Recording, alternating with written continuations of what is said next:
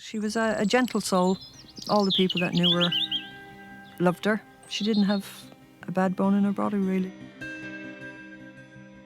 Fire, Emer missing, and a body found, I think straight away my mind made up that it was her.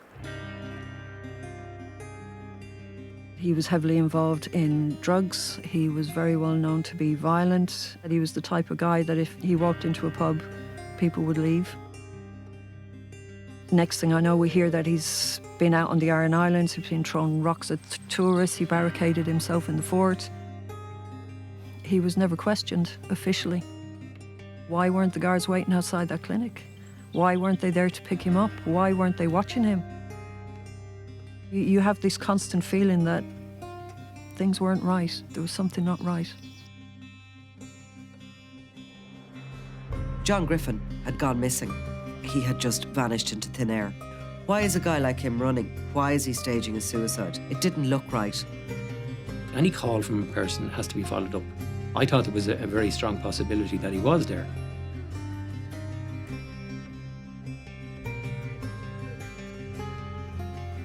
The only thing I feel when I think about my little sister is absolute rage. So 20 years after Emer O'Loughlin was killed, we're set to launch our own podcast looking into the case called Evil Eye. Why is this case important and why did it attract your attention, I suppose? I suppose to make a podcast, and we have a documentary as well we have made with this, which will be shown on our YouTube channel. You need a bit of intimacy in the case. You need a family member there that's going to take you back and bring you into the heart and the soul of the victim. And that's what we got in Pam, Emer O'Loughlin's sister, who has really dedicated her life to this cause. When we first kind of got in touch with her, she was reluctant, she was tired. You know, every time she does something, a bit of media, she just gets completely exhausted and feels very down after it. So she was reluctant, and eventually she came and she met us and she talked to us and she realised Christy Mangan was involved, and I think that's really why she decided to come on board. And she came with us to as many places as she could. We went back out to the Aran Islands. The story I'm sure we'll talk about why that is significant.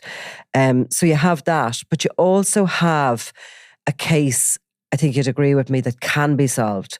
So this isn't just something that, you're working towards getting in that little bit of information, which is what is needed to find the person of interest, in this case, John Griffin, who has been on the run 20 years now. Yeah, because it's an unusual case, Christy, isn't it? Like it's although it's an unsolved murder, clearly, there really is one suspect, and that person has been named.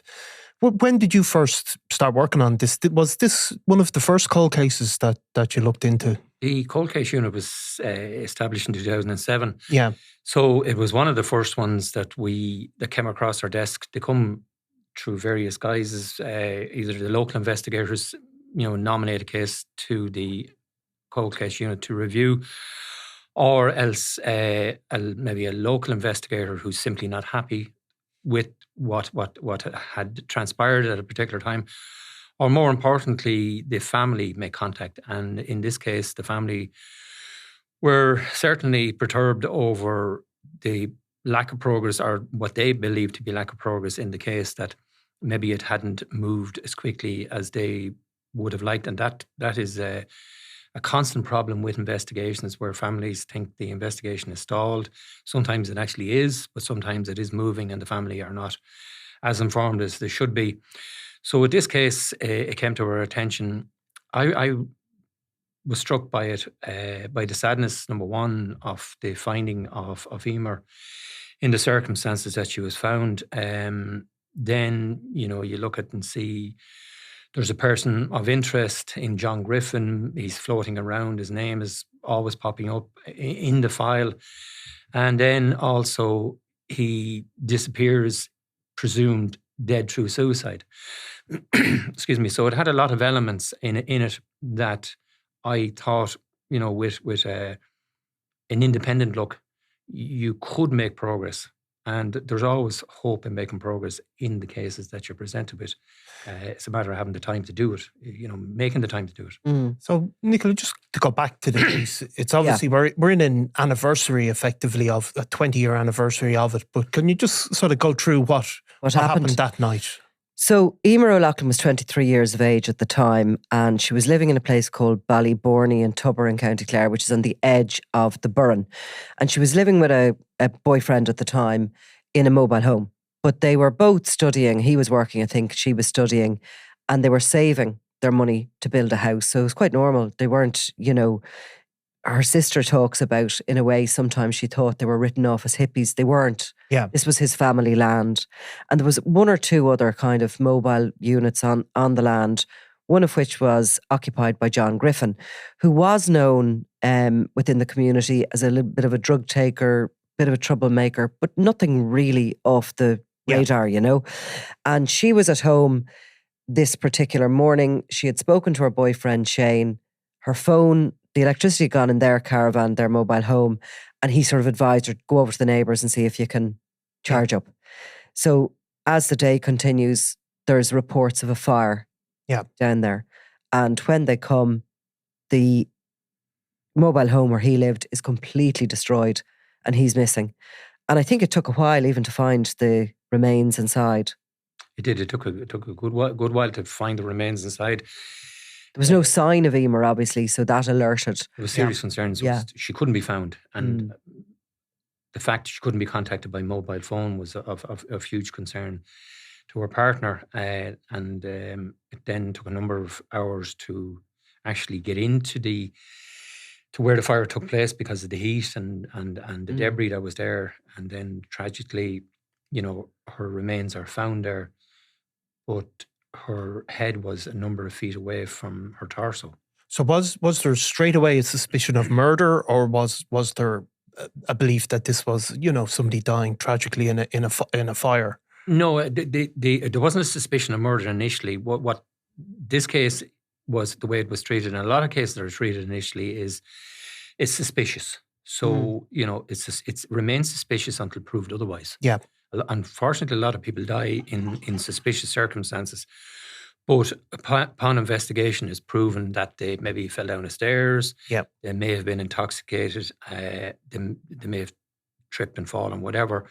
And it's up to the investigators to link up the evidence and say, no, there's nothing suspicious here. This is a tragic death. But in this case, the outstanding factors would have been the fact that her head was decapitated from her body. That was very significant. Mm. So, and did John Griffin? He's also living on this encampment or whatever. He's missing. He goes missing straight away, does he? Yeah. So presumably, then he's instantly becoming somebody that the guards want to speak to and want to talk to. Yeah, he's a person of interest. He's a person that they need to put certain information to get clarity from. Where was he? What was he doing? Does he know anything about the circumstances about how Emer actually died? What caused it? Is it an accidental death, or is it one where people collaborated to kill her? And they're the two important points. He then is found out in Inishmore in very suspicious circumstances, and he's on the monument there in a very, very agitated state. This is in Dunangus, isn't it? Dunangus, the fort, which is the whole prehistoric kind of ring fort, isn't it? Like a very famous landmark. It is. It's one of the the highest visitor, one of the monuments in Ireland that has huge visitors. We got a great day for that. We did, actually, Pam came out to the island with us, and we went back up. We walked up to Dunangus to look at the scene where this had happened, and he was throwing bricks at the local officers. Yeah, and of course, there's no police on the island. Yeah. They don't live, so they have to be brought over from the mainland. Yeah, basically for anything that occurs. So I say they're probably used to on the island. Controlling a situation themselves. Well, look, at a lot of times it'd be people who would be intoxicated. Yeah.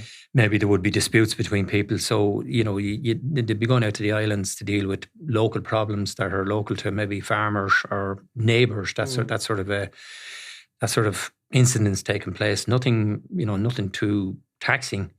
But they were faced with a person, and it's when you put yourself on top of the fort and you look out towards the bit of land that's in front of you, but if you turn around and look behind you, there's nothing there, only rocks. And you saw that yourself. Pretty terrifying. When you're Great looking heights. over. Yeah, it's very dangerous. Yeah. Somebody slips at all, they're going to end up dead.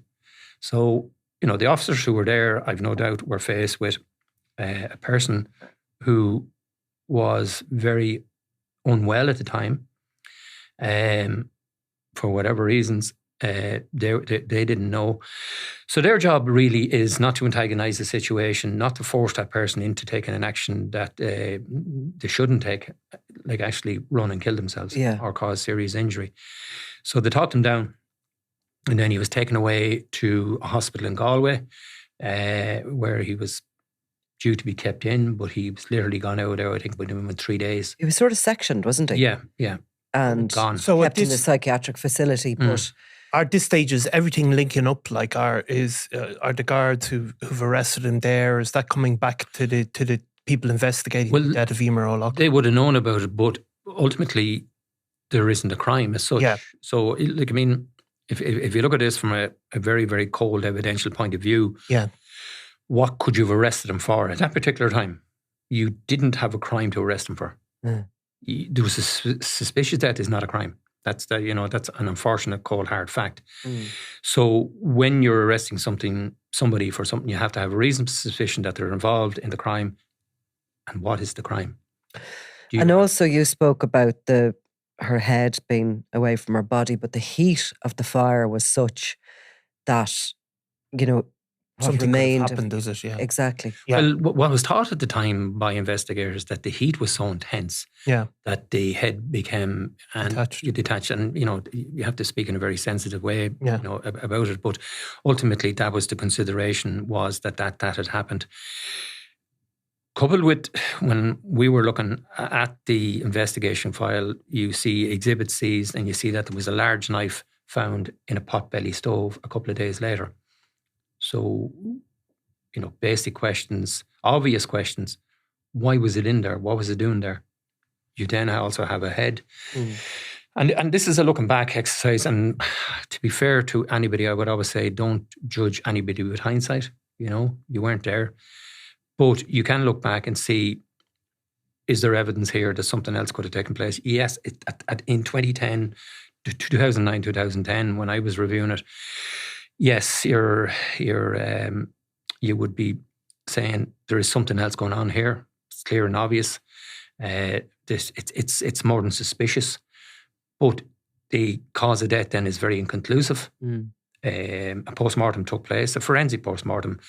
Like if somebody is found and hadn't been attending a doctor and they're found dead in a house, it's not normally a forensic pathology. It's just a pathologist will come and give the cause of death. But in suspicious circumstances, you utilise the state pathologist who do the forensic in-depth examination of remains to see, is there strangulation? Is there evidence of trauma to the body? That sort of way. So that had taken place. But it was inconclusive for us as the cold case reviewers. But you would then have to say, well, what am I going to do? Where am I going to get the evidence from? I don't have somebody come and telling me what took place in that room. And only, one at most probably knows what took place. The other person's dead. Yes. So I had a long discussions with Dr. Farrell here in the coroner's office, which was based beside, still is, I think, beside Store Street, and the local coroner, and then also with the senior investigating officer about, will we decide to do an exhumation? And to decide to do an exhumation is a massive decision. Yeah. Because that was in 2010.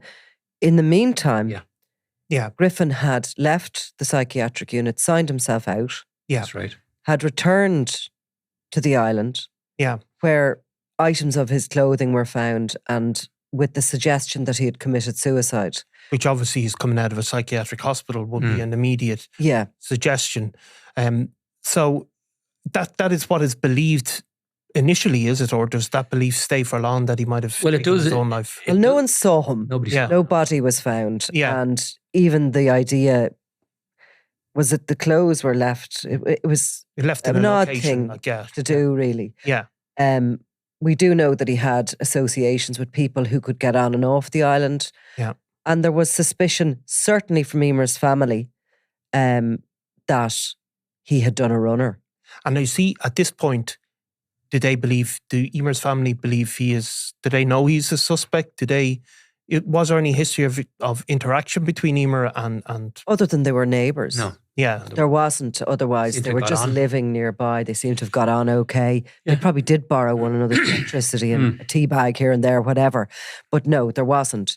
But basically the case lay in that state of disarray. Yeah. There was no cause of death.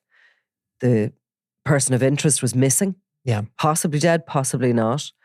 And they didn't launch a murder investigation. So when the cold case unit took over, was all going on. What are we looking at here? Is it worth exhuming her? And as you say, huge decision. Massive decision. And at this point, do you know that John Griffin is alive and Well, certainly when I was reading the file, my suspicions were he's most certainly alive. yeah, He's alive because,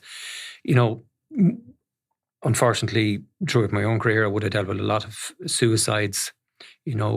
Are you going to go down to, a very isolated island, leave your clothes in a very calculated way? Why are you leaving your clothes? Yeah. Throw yourself off rocks, but leave absolutely no evidence behind you, no blood, nothing else at the scene. There was nothing left of value there either, which was very, very important. It was not a load of money left on the clothes. That's in the clothes. And then the subsequent, searches locally along the sea shoreline, they found nothing. Yeah. And most times they do. The Garda water units are absolutely renowned nationally and internationally for finding people who have tragically committed suicide and entered the water.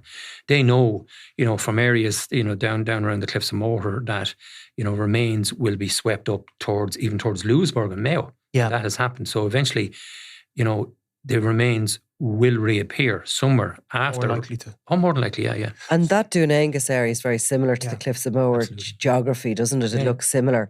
And like when you're there looking over the edge, there's lots of rocks jutting out. Yeah.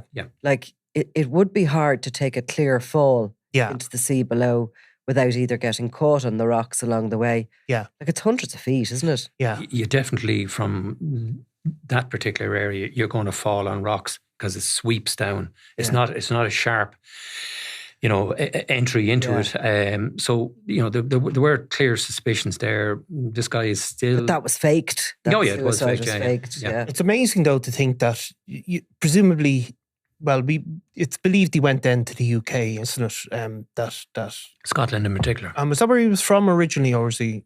No, he was living in Galway. He was believed to have gone and immersed himself in Scotland in the locality up there. But then that goes cold. He disappears again. To be fair, after we did did all of what we did with the exhumation and our findings there, he was circulated as wanted. Yeah. In Europol, and then. The public are really, really brilliant. When they see somebody, they keep a watchful eye out, and it's happened all over the world, all over Europe in particular, where people spot, a person, I think that's him, I'll make a call. Yeah. Okay, unfortunately a good few times, most of the time, it's not the person. Yeah. But that 1 in 10 is brilliant that it is the person. Yeah. And that has, people have continuously made reports to say, I think I've seen him, which is brilliant. And was he living under a different name, or you'd think there'd be a digital trail? No, well, you see, look at a person disappearing will go hiding. It's not too difficult to get a passport. Yeah. Somebody else's identification. If you're operating in a certain sphere, you will know where to go.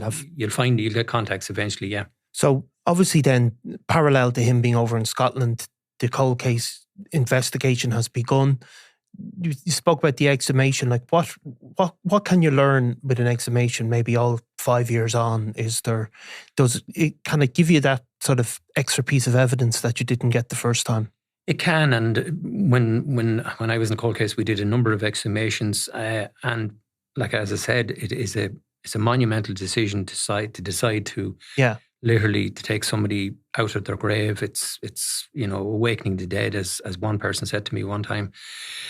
You have to be very conscious of the sensitivities with the family. Yeah, very conscious of the sensitivities with their friends, and then also the locality. Because in this area, Emer was buried in the graveyard in Ennistimon. There was a school close by.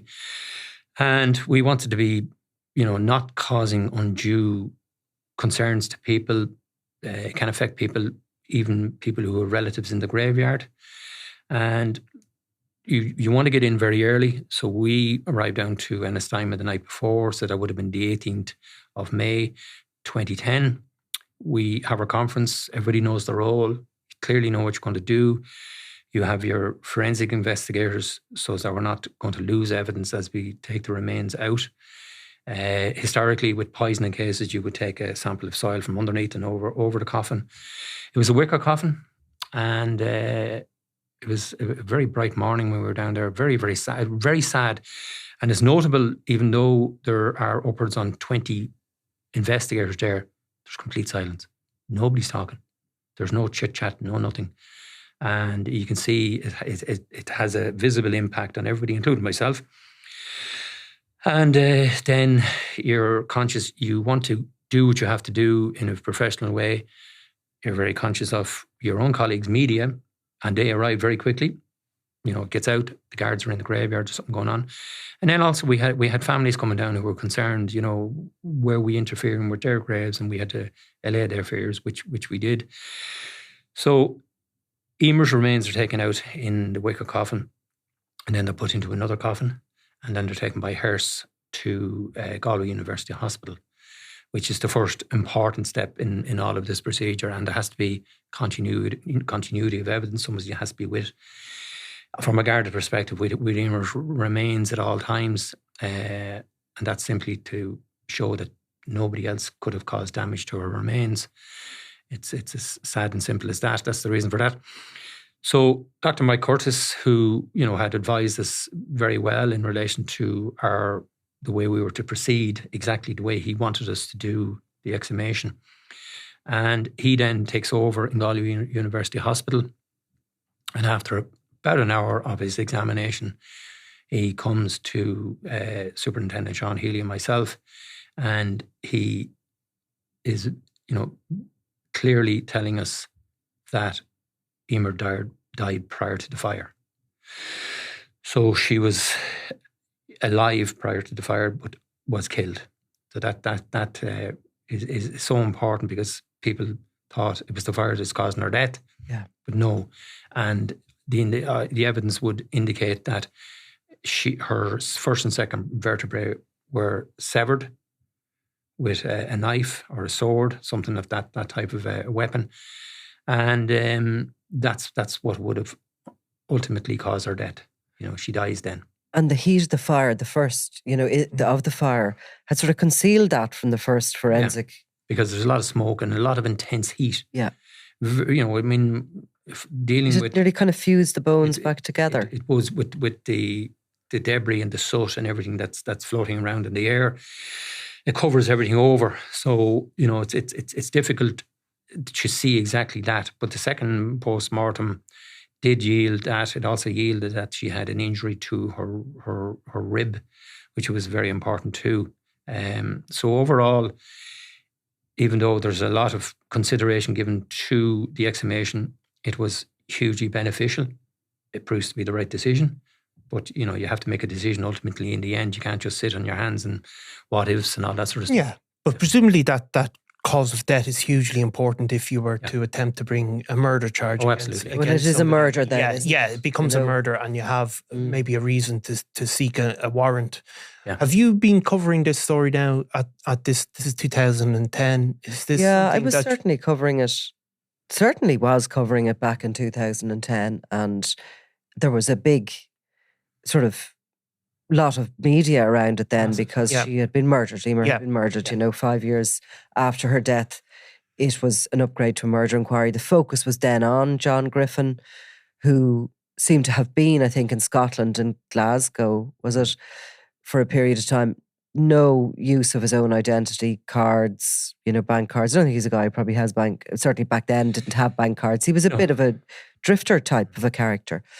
And he would have lived in that sort of community, a drifter type community, which meant he could move very easily.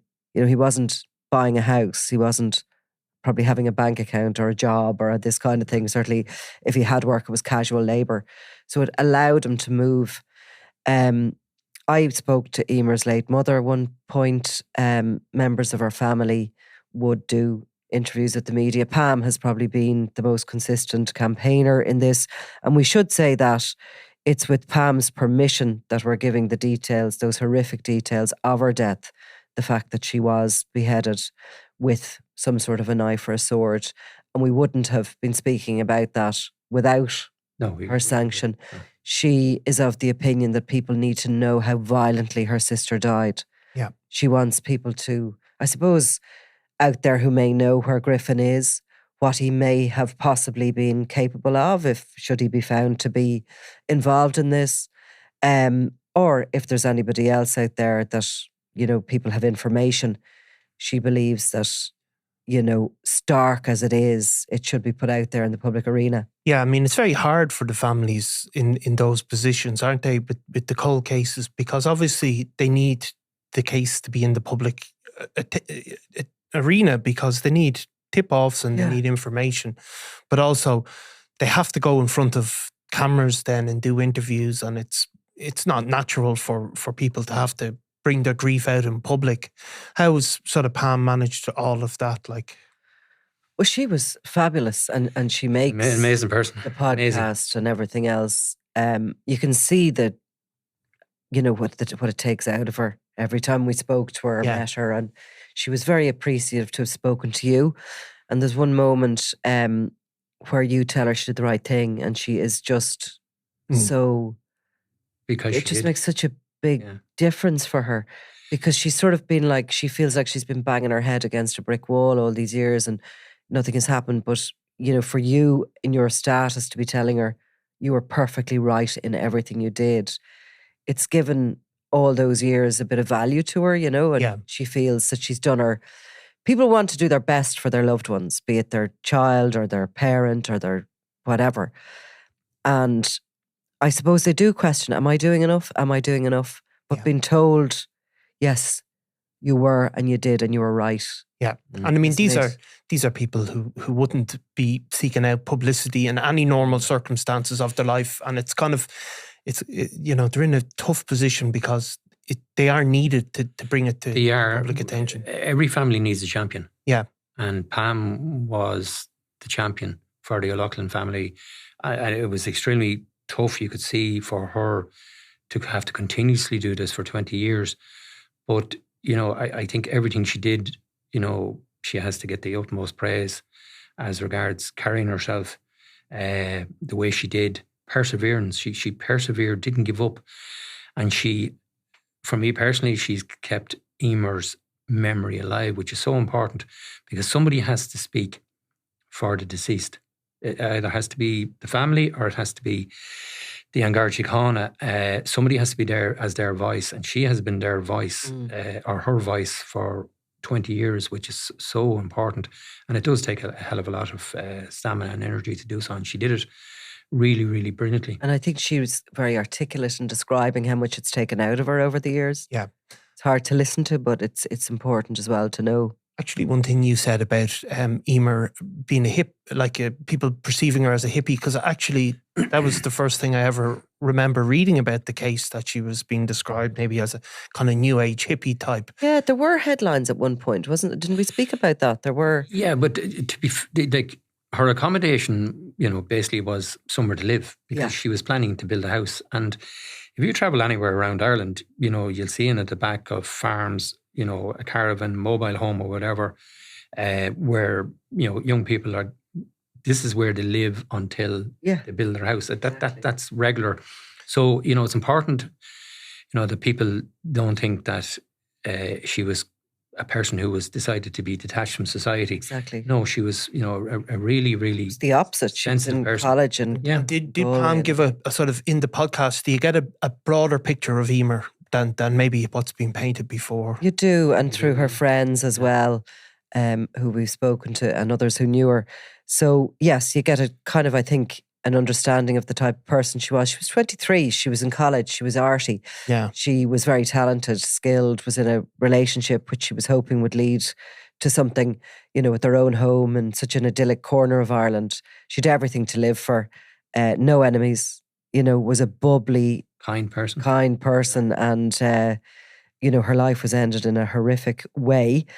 And I suppose the hope we have is that by focusing on John Griffin and his whereabouts, and the podcast has taken us to many places. Yeah, because you did receive this tip off.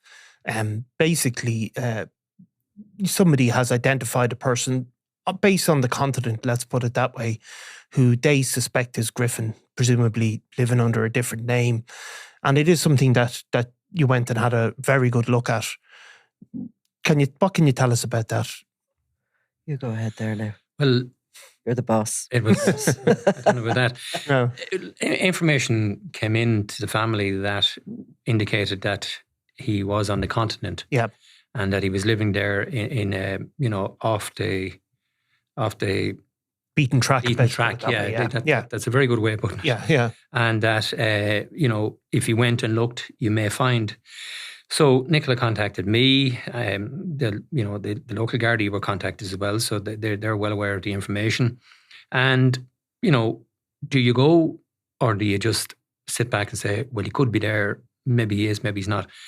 We had a good discussion about it, and I thought, along with Nicola and your team, and we said, right, we'll go and we'll just have a look and see if there is anything in this information. And you can follow up 100 leads, but you only want one of them to be right. That's all you want, is one. Yeah. And you're always hanging on for that one. And I do think there was a lot to indicate that he was there. Yeah. That he definitely could have been there. It was way above a 50% chance, I would have thought. So it was a very, very strong indicator that he's still alive, number one, which is very important. And number two, he's living this off the slightly bohemian lifestyle. Yeah. He's still fading into the wallpaper, and that he's out there to be got. He's still there. So there's people still, which is I find brilliant. There's people still have Emer's memory there.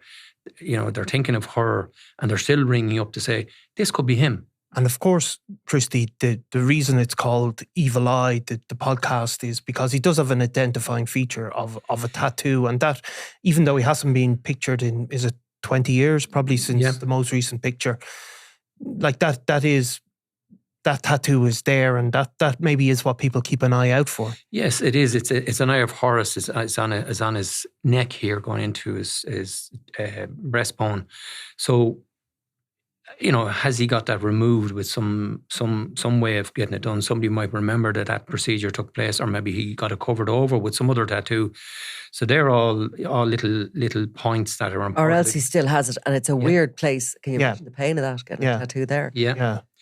So that's something which is very identifiable. Yeah. He would stand out. So, if when you're making an appeal, you'd be talking to people over the last 20 years, not over the last couple of months, but over the last 20 years. Do you remember seeing this guy? He may stand out. He's not a quiet person. Yeah. So he will leave a mark on your memory, and also with the tattoo and the way he's living. And to be fair to the person who contacted, it was a number of those details that resonated with them. So that's why they contact, which is brilliant. Yeah. I think it's fantastic. And when we got to the place, you'll have to listen, I suppose, to the podcast, but it's a very credible tip. And you talked about, if you get 100 of them, you only need one. There haven't been 100. There's only been a handful of similar type of information coming in. And some people within are on the margins of society, don't like dealing with the Gardaí. Yeah. But Pam has an actual Facebook site, and she checks it all the time. And if she gets the tip off, she withholds any identity, or people can, and she passes it on. And if anybody wanted to contact us, we would do similar. But obviously the Gardaí are also taking information on this story. But, it is a little bit, some of those people living on the margins just will not pick up the phone and ring the guard. So there's other ways of getting the information or the tip-offs. But ultimately, everybody has their own emotions. They have their own way of dealing with things. You can make contact with authorities in a number of ways. Some people will ring the press. Some people might go to somebody, a priest or whatever, to get their message relayed. And I saw it in the cold case where somebody would make contact and they'd say, listen, I want nothing to do with this, but I'm going to tell you what I know, and it's over to you now. The pressure of what they know is gone from them, and they go away a very relieved person. And you will give guarantees to people, in certain circumstances, to say, listen, if you tell me what you know, that you're not going to be prosecuted for possession of information in relation to a murder, or conspiracy or anything like that. You're going to say, listen here, I would be delighted to know what you know. Yeah. And then I can use it then in filling in the evidential black spots that I have, the gaps that I have. So I think there still is a huge opportunity there. I think your podcast will be listened to by obviously thousands upon thousands of people. And all you need, or all the Emer's family needs, is that one person to say, I know where he is. Exactly. Come get him. Yeah. That's it. Because of course there's some of these cold cases really, really difficult to solve, and but there is a chance here for Emer O'Loughlin's family, isn't there, to see justice in their lifetime? I think there's a huge possibility of this case been brought to justice based on what took place initially. Very importantly, with the exhumation, but then with the latest sighting, it gives a lot of hope to the family that he's alive. That a person who may have been involved in the death of their loved one is alive, and that will face the judicial process. Which you've done wrong. That's where you should be, and I think. And it's all about following his trail as well. Yeah. So if people knew where he was 8 years ago, or suspect, that's of interest and importance as well. All that information along the way, even if he's gone from one place, to just follow, because you can follow those crumbs or names that he was using at times. Absolutely.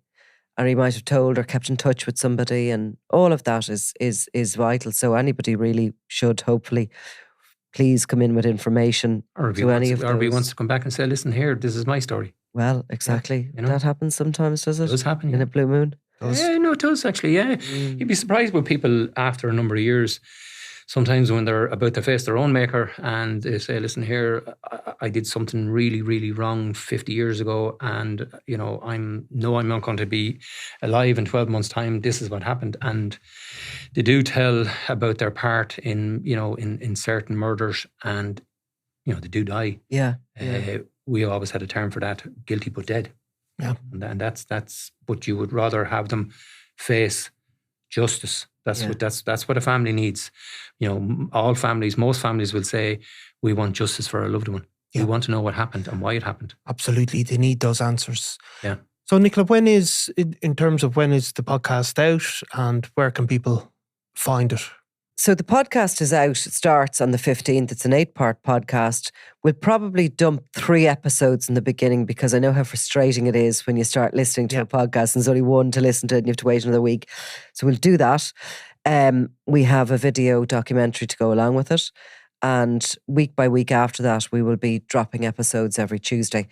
And it's on the Crime World Presents. It's on the Crime World Presents feed, where you'll also find Double Cross, the murder of Robbie Lawler, Caught in the Crossfire, and Beast, the murder of Nora Sheehan. So it's the latest series from the Crime World team, and hopefully there might be something that it'll do, bring in some information. Hopefully. Okay, thanks Nicola, and thanks Christy. Thank you.